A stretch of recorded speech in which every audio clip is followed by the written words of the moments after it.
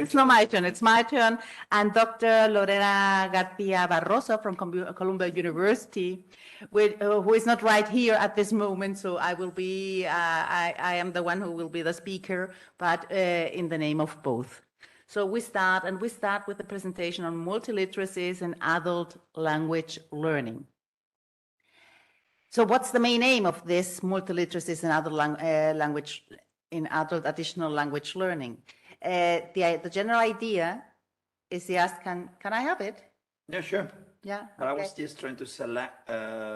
It's this one, no? It's this one. Yeah, sure. We are sharing so that I can, so perhaps if it's easier for me, if I can move it, no, forwards and backwards. Thank you. It's fine if you stay there. I don't mind. So the general idea is that of presenting our narrative review on benefits of this pedagogical approach of multiliteracies to adult language learning.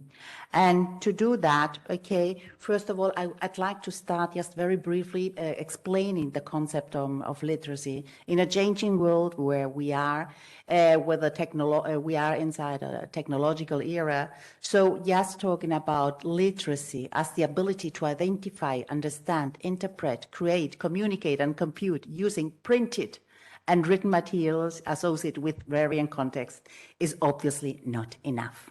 Without any doubt, right at this moment, as you may already have, it doesn't run. I'm not sharing both. I'm not sharing, but no se ve lo que estoy mostrando. Sí, sí, se ve. No. No, aquí no se ve, no sé. Aquí, tú lo estás viendo aquí. Okay, good. So obviously it's because we are not only no longer only using printed materials to learn. Orality has a crucial part here, but also because of the technological devices and apps we are using the whole day. So, and the question is, when we are learning a second language, actually the main point is that of meaning making. And you would say, and that's quite easy, because if I want to teach the word kindness, yes, by bringing this image, it's crystal clear that not only using the linguistic mode, but also the visual mode can help us to understand and to discuss in different cultures the meaning of kindness. But what happens if I add the multimodal meaning? So imagine you want to teach the word apapachar, which is a Spanish word used in some Latin American countries. So apapachar, also apapuchar, if I show you this, you will immediately understand how cozy this ha can be, okay? And what it means, just taking care of another person. So yes, adults have already a semiotic repertoire, so they may understand pretty well what is coming. And they can understand it because there are different modes, which is, yes, multiliteracies is highly connected to multimodality. So audio, oral, written, visual, spatial, tactile, gestural meanings, all that go together. The question is if this is only digital, or if we can also use it in what is called embodied language learning.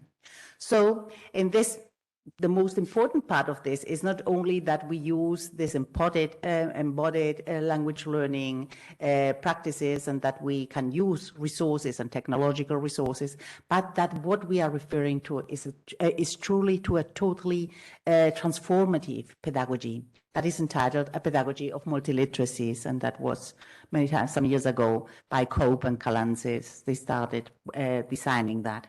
So what we are talking is about a progressive pedagogy that goes from the known to the new, to experiencing the new, then trying to conceptualize the overt instruction, then helping students to analyze, to critically frame what they are learning, and finally to apply it and to creatively use it in their real life as citizens, no, in any society they're living. So what we did is to find out if what experts are saying in the literature about multiliteracies and adult additional language learning. We chose a period from 2011 to 2021. And we went through different databases, and what we found out is just only 20 articles that were just analyzing adult language learning and multiliteracies. And the main topics that these articles were dealing with were with multimodal classroom practices, teachers' professional development, family-based literacy practices, literacy and identity, affective factors, and translanguaging as a pedagogical practice. We found out that mainly the research method they used were 90% qualitative and only 10% mixed method.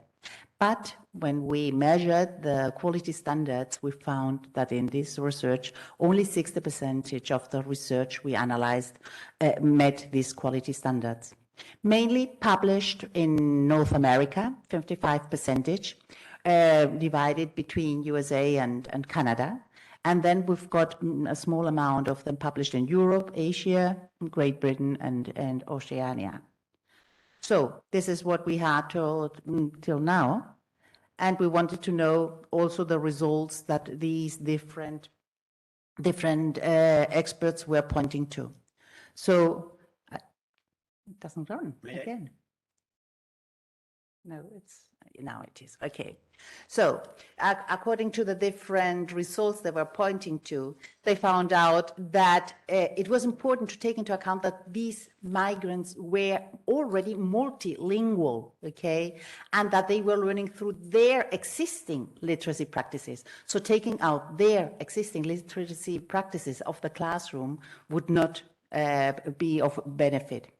Also, that it wasn't this type of multiliteracy teaching practices were engaged with the affect theory, because many times students' histories, memories, and sensations were needed to enrich the meaning making.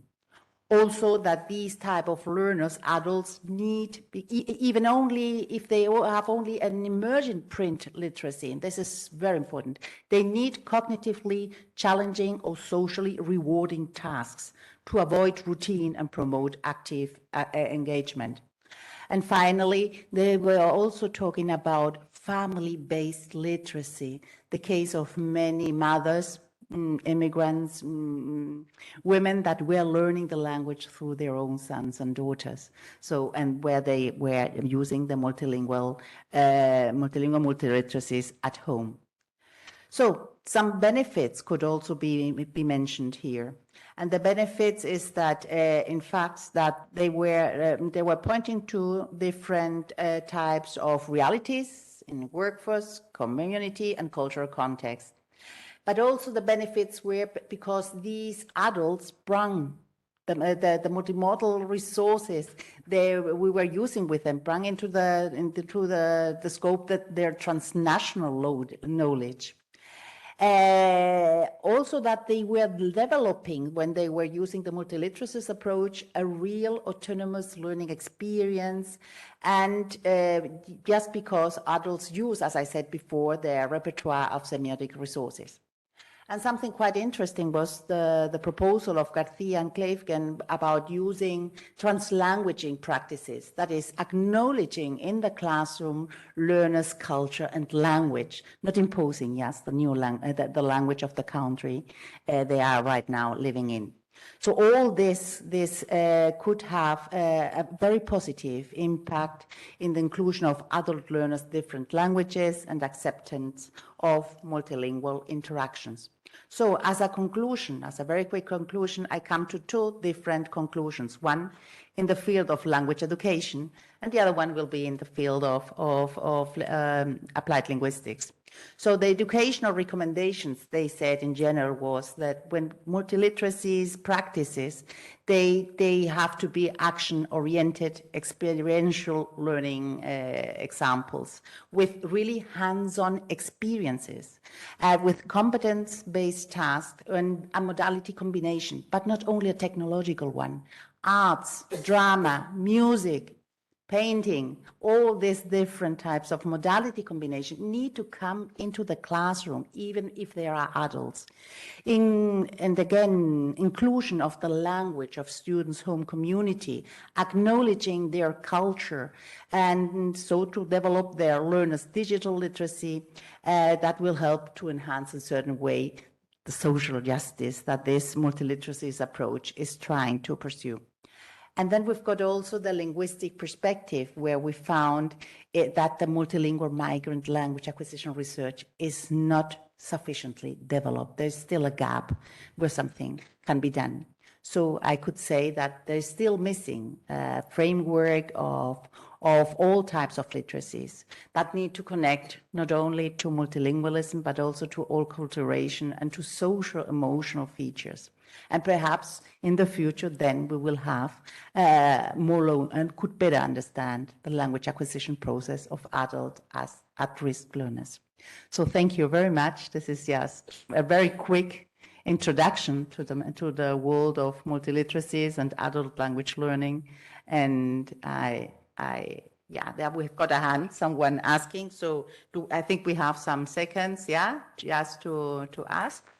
So thank you very much. Some seconds for a question. Adrian? Oh, sorry, I just wanted to say wonderful job, and I think I raised my hand, but since I'm speaking, I really enjoyed the presentation, and all the things resonate with the challenges of the modern world and what we have to do or should do in a multicultural or multilingual classroom, whether adult or younger learners. So I really appreciate the presentation. Thank you. Thank you, Adrienne. Thank you very much.